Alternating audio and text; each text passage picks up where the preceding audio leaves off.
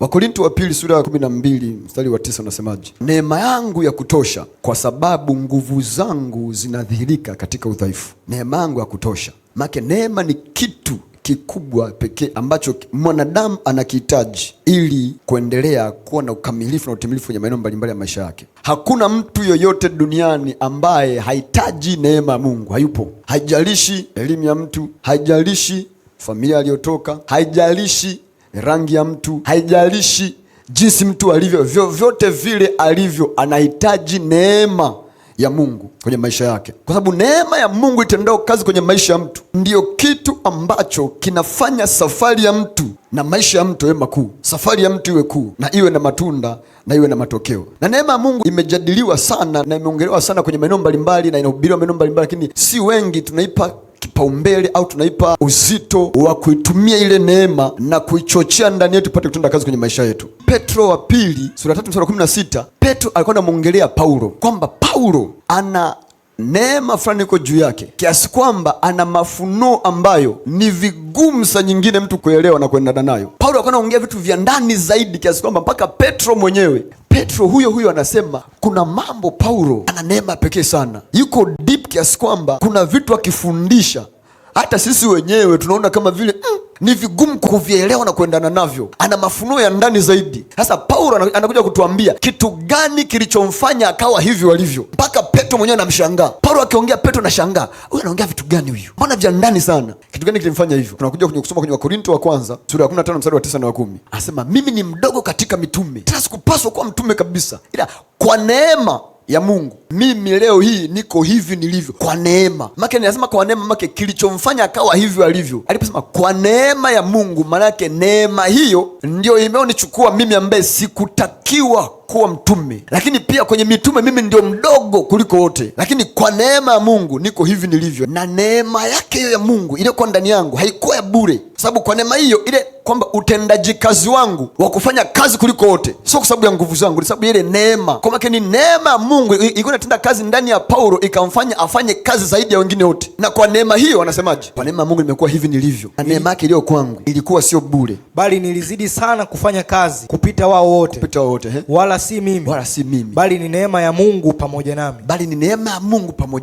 Kwa maana ni kwamba ungemchukua Paulo ukatoa neema ya Mungu juu yake, asingekuwa hivyo alivyo, asingehubiri Injili. Anasema mimi sikuwa mtume, sikufaa kuwa mtume, ila kwa maana kilichomfanya kama mtume ni neema ya Mungu iliyomwezesha na kumsahilisha kuwa mtume. Maana ukiondoa neema ya Mungu juu ya Paulo, umeondoa na utume kwa Paulo. Kwa matokeo na matunda kwenye shughuli mbalimbali za Paulo na kuhubiri kwake na utume wake ni matokeo ya neema. Anasema ile neema ilikuwa ni neema ya Mungu pamoja nami. Paulo kuna namna alipoipokea neema ya Mungu, aliipa mkono wa kuume wa shirika ile neema. Kwa unaweza kuwa na neema ya Mungu ila usishirikiane nayo, sababu anasema ni neema ya Mungu pamoja nami. Kwa ni neema ya Mungu pamoja kwa make nini kama vile neema ya Mungu ni kitu kingine na Paulo ni kitu kingine, vikakutana afu vikashirikiana. Neema ya Mungu pamoja nami, kwa make ile neema ni kitu kingine, Paulo ni mtu mwingine, vinakutana katikati, vinashirikiana. Paulo akawa hivyo alivyo. Ndio maana nimesema mtu plus neema ni bomu linalosubiri kulipuka, kwa sababu vinapoanza kutenda kazi pamoja, mtu anakuwa tofauti kabisa. Kuna mambo yanaweza kutokea kwenye maisha yake tofauti kabisa. Ndio maana sasa ukweli ni kwamba ili tuwe huru na kushindwa, tuwe huru na mambo mbalimbali na ugumu ambao tunakutana nao, tuwe huru na magonjwa mbalimbali na mateso mbalimbali na uonevu mbalimbali, tuwe huru na kukataliwa, tunahitaji ushirika wa mwanadamu na neema ya Mungu kwenye maeneo mbalimbali ya maisha yake. Neema ya Mungu kwenye eneo lolote ikitenda kazi pamoja na wewe, kuna mambo yanakuwa tofauti. Petro wa pili 1 mstari wa 2 hadi wa 4.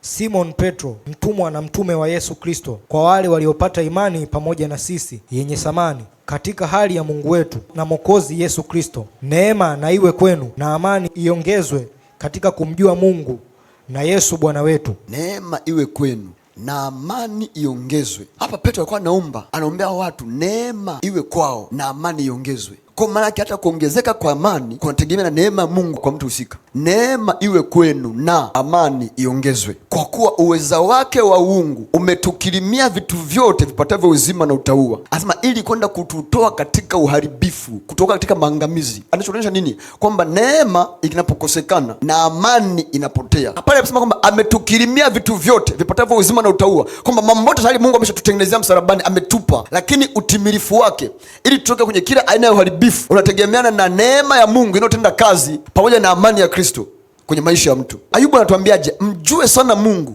ili uwe na amani, ndivyo hayo mema atakavyokujia. Na hapa anatuambia kwamba uweza wake wa uungu umetukirimia, umetupa vitu vyote vipasavyo uzima na utauwa. Uzima, Kiswahili kinatumia neno uzima, kinaweza kutumia neno life, make mambo ya maisha haya, kwamba ile asili yake ya uungu umetupa vitu vyote vipasavyo uzima na utauwa. Kinaweza kutumia neno godliness and life, make mambo ya kiroho neema imetupa, na mambo ya kimwili pia ya kimaisha neema ile inatupa. Pale ambapo neema itaingia kwa mwanadamu ikapata mkono wa kishirika, ikatibuliwa, ikaanza kutenda kazi, vile vitu vilivyotolewa pale msalabani kama matokeo ya msalaba, yani vitu vinavyohusiana na mambo ya kiroho na mambo ya kimaisha huku mwilini, vinaachiliwa kwa mwanadamu. Ili nini? Ili tutoke kwenye uharibifu, sababu Mungu anajua visipoachiliwa kwa mwanadamu uharibifu utakuja tu.